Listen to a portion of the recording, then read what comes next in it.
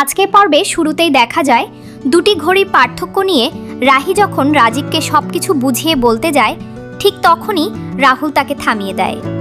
পরিস্থিতি শান্ত করতে রাজীব নিজেই ভিক্টরের কাছে ক্ষমা চেয়ে বলে, তুমি এই বাড়ি ছেড়ে যেও না।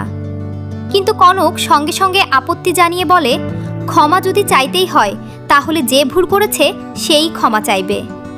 এরপর রাহুল জানায় সে রাহির পক্ষ থেকে ক্ষমা চাইছে, কিন্তু কনক তাতেও রাজি হয় না।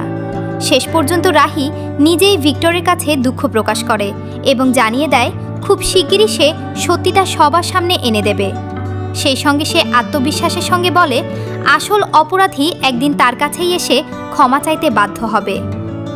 সবাই চলে যাওয়ার পর টিনটিন রাহির হাতে থাকা ঘড়িটি দেখে অবাক হয়ে যায়। সে জানায় এটি তার বাবার ঘড়ি নয়, কারণ ঘড়িটি কেনার সময় সে নিজে যে উপস্থিত ছিল এবং তার বাবা সব সময় সিলভার রঙের ঘড়ি পছন্দ করেন। এই কথার পর রাহির সন্দেহ আরও দৃঢ় হয় যে ভিক্টর সত্য গোপন করছে। এরপর সে টিনটিনকে নিজের ঘরে যেতে বলে। অন্যদিকে জিয়া রাহুলকে বোঝানোর চেষ্টা করে যে রাহিকে ভুল বোঝা উচিত নয়। তার দাবি নিজের অবস্থান নিয়ে অনিরাপত্তা থেকেই রাহি এমন আচরণ করছে। কিন্তু রাহুল স্পষ্ট জানিয়ে দেয় রাহির পরিবারের আর্থিক অবস্থাও যথেষ্ট ভালো এবং আগেও তার প্রমাণ মিলেছে। তাই এসব ভিত্তিহীন মন্তব্য আর না করার জন্য সে জিয়াকে সতর্ক করে। ঠিক সেই সময় সেখানে এসে পড়ে রাহি।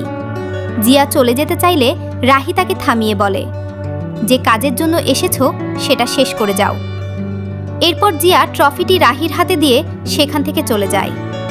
এরপর রাহুল ও রাহির মধ্যে শুরু হয় আবেগঘন কথোপকথন। রাহুল অভিযোগ করে রাহি কি একদিনের জন্যও তার পরিবারকে শান্তিতে থাকতে দেবে না।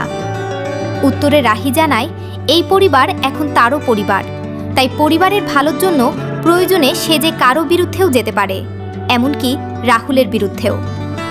এদিকে জিয়া ভিক্টরকে বিপদ থেকে বাঁচিয়ে দেওয়ায় ভিক্টর তাকে ধন্যবাদ